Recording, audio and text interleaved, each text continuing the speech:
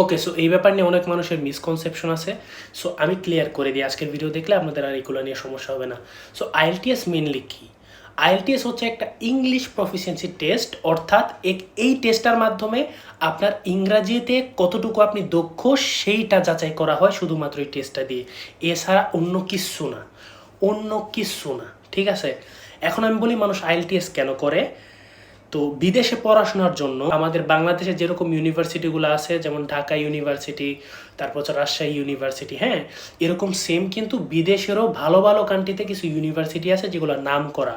ঠিক আছে, এখন আপনি যদি ওই ইউনিভার্সিটিগুলোতে পড়তে যান তাহলে অবশ্যই সেখানে আপনার সাবজেক্ট ইংলিশ অথবা তাদের যে ভাষা আছে, তাদের দেশের যে ভাষা, ওই ভাষা আপনার পড়তে হবে। এখন তাদের ভাষা তো আমরা জানি না, তাহলে এখন আমাদের কি করতে হবে? আমরা যেহেতু ইংলিশ নিয়ে পড়াশোনা করছি, এই কারণে আমরা ইংলিশ নিয়ে ওইখানে গিয়ে পড়াশোনা করব। এটা হচ্ছে আমাদের ওয়ে। ঠিক আছে, এখন কথাটা হচ্ছে আপনি যে কান্ট্রিতে থাকেন সেখানে কিন্তু ইংলিশ চলে না। ঠিক আছে, সেখানে কি ইংলিশ চলে? সেখানে চলে কি? বাংলা। তো আপনি যেহেতু একজন বাঙালি, আপনার ইংলিশে কতটুকু ধারণা আছে সেটা তো তাদের জানা নাই। তো সেটা জানার জন্যই তারা আপনাকে আইএলটিএস করতে বলে, কিংবা আরও অনেক টেস্ট আছে ইংরেজির টেস্ট, যেগুলো দিলে আপনার একটা স্কোর পাবেন, যে স্কোরটা দিয়ে তাদের ইউনিভার্সিটিতে আপনি আবেদন করতে পারবেন যে আপনি ইংলিশ পারেন, আমাকে আপনাদের ইউনিভার্সিটিতে পড়ার সুযোগ দেন। এটাই হচ্ছে মেইন যে ব্যাপারগুলো, মেইন ডিটেলে আপনাকে সব কিছু বললাম। তো এটাই হচ্ছে মেইন ওয়ে। মানুষ হচ্ছে এইভাবেই হচ্ছে আইএলটিএস করে। আইএলটিএস করার ফলে তাদের একটা মানে জরিয়া হয়ে যায়, একটা উপায় হয়ে যায় ওই বিদেশি ইউনিভার্সিটিতে পড়ার। এখন অনেক মানুষ এই এই জিনিসটা ব্যবহার করে, তারা কি করে, মানে তারা যা সেটা ব্যবহার করে টু মুভ অ্যাব্রড। ঠিক আছে, বিদেশে যাওয়ার জন্য তারা এটা ব্যবহার করে। কিন্তু আমি আপনাকে বলবো যে এটা করা উচিত না, কারণ আপনি যদি বিদেশ গিয়ে অ্যাজাইলেম ক্লেম করেন, এটা দেশেরও একটা ক্ষতি হয়, দেশের মানুষেরও বদনাম হয়, যার ফলে ভিসা রেশিওটা অনেকটা কমে আসে।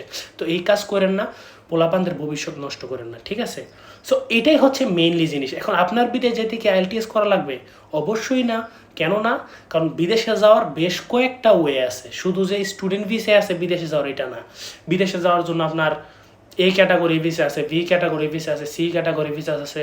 আমি যদি নর্মালি বলি, ফ্যামিলি ভিসা আছে, ট্যুরিস্ট ভিসা আছে, ভিজিট ভিসা আছে, ওয়ার্ক পারমিট ভিসা আছে, জব ভিসা আছে, জব সিকার ভিসা আছে, শত শত ধরনের ভিসা আছে। ঠিক আছে, সো এই ভিসাগুলো দিয়ে আপনি ছেড়ে যেতে পারেন। কিন্তু স্টুডেন্ট ভিসা যদি আপনি কোনো দেশে পড়াশোনা করতে যান, হোক সেটা মালয়েশিয়া, হোক সেটা ইউরোপের কোনো দেশ, হোক সেটা আমেরিকা, কানাডা, অস্ট্রেলিয়া, সব দেশে আপনার কি লাগবে? আইএলটিএস লাগবে বা ইংলিশ প্রফিসিয়েন্সি টেস্ট লাগবে। তো এটাই হচ্ছে মেইন কনসেপ্ট। ঠিক আছে, আশা করি আপনি ক্লিয়ার হয়ে গেছেন। Thank you.